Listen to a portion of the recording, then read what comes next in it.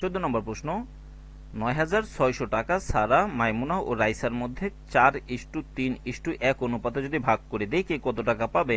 তো এই টাইপের ম্যাথে আমরা প্রত্যেকটা অনুপাত যোগ করে দিব। তাহলে 4 প্লাস 3 প্লাস 1 ইকুয়াল টু 7।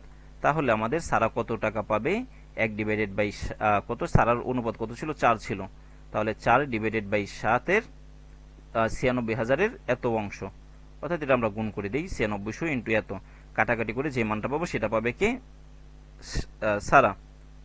যদি 3/7 নিয়ে কাজ করি, যেটা অ্যান্সার আসবে সেটা আসবে মাইমুনা। 1/7 নিয়ে যেটা করবো সেটা পাবে কে?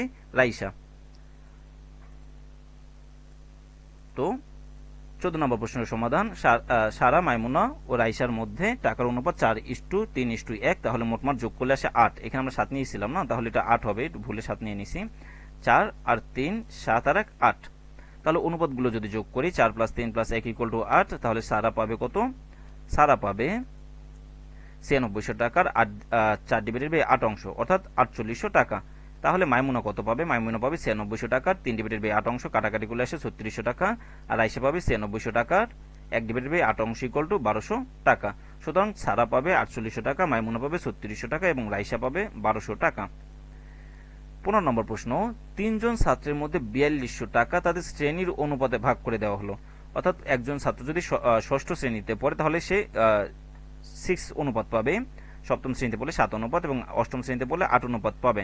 অর্থাৎ তাহলে 6:7:8 তিনজনের ভিতরে শ্রেণী অনুযায়ী টাকা ভাগ করে দেওয়া হলো। তাহলে এই দুইটা যদি আমরা যোগ করি, 8 আর 7 15, 15 আর 6 21, তাহলে 4200 টাকার ভিতরে প্রথম ষষ্ঠ শ্রেণীতে যে পড়ে সে কত পাবে?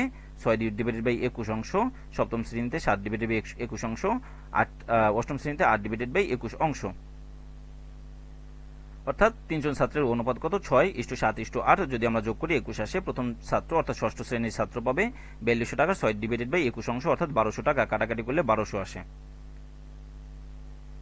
তারপরে দ্বিতীয় ছাত্র পাবে 4200 টাকা 7 ডিভাইডেড বাই 21 অংশ। তাহলে যদি 21 কে আমরা 21 ভাগ 4200 করি, তাহলে অ্যান্সার আসে 200। তাহলে 200 গুণ 7 ইকুয়াল টু কত আসবে? 200 গুণ 7 ইকুয়াল টু 1400। আর 21 কে আবার 4200 দ্বারা ভাগ করলে আবার আসে 200।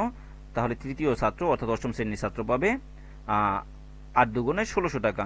তাহলে ষষ্ঠ শ্রেণীর ছাত্র পাবে 1200 টাকা, সপ্তম শ্রেণীর ছাত্র পাবে 1400 টাকা এবং অষ্টম শ্রেণীর ছাত্র পাবে 1600 টাকা।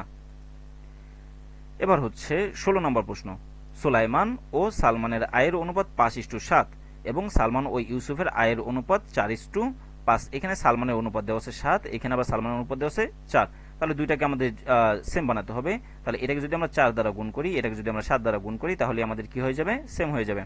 অর্থাৎ 7 দুগুণে 14, 3 7 21, 4 7 28। তাহলে 20:28 5 7 35। অর্থাৎ আমাদের অনুপাতটা এরকম আসবে 20:28:35। তারপর আমরা সমাধানটা করব। তাহলে আমাদের প্রথম কত আছে? সুলাইমান আর সালমান আছে 5:7, সালমান আর ইউসুফ আছে 4:5। তো তারপরে আমরা দুইটা সেম করব। তাহলে আমরা যদি প্রথম রাশিটাকে 4 দ্বারা গুণ করি এবং দ্বিতীয় রাশিকে যদি 7 দ্বারা গুণ করি, তাহলে সে 20:28 আর 28:35। তাহলে সুলাইমান, সালমান আর ইউসুফ পাবে 20:28:35। তারপরে বলতেছে সুলাইমানের আয় হয় 120 টাকা। তাহলে ইউসুফের আয় কত? সুলাইমানের আয় হচ্ছে 120 টাকা, তাই তো? সুলাইমানের আয় 120 টাকা। তাহলে আমরা কি লিখতে পারি? সুলাইমান, ছোট করে লিখি আমরা,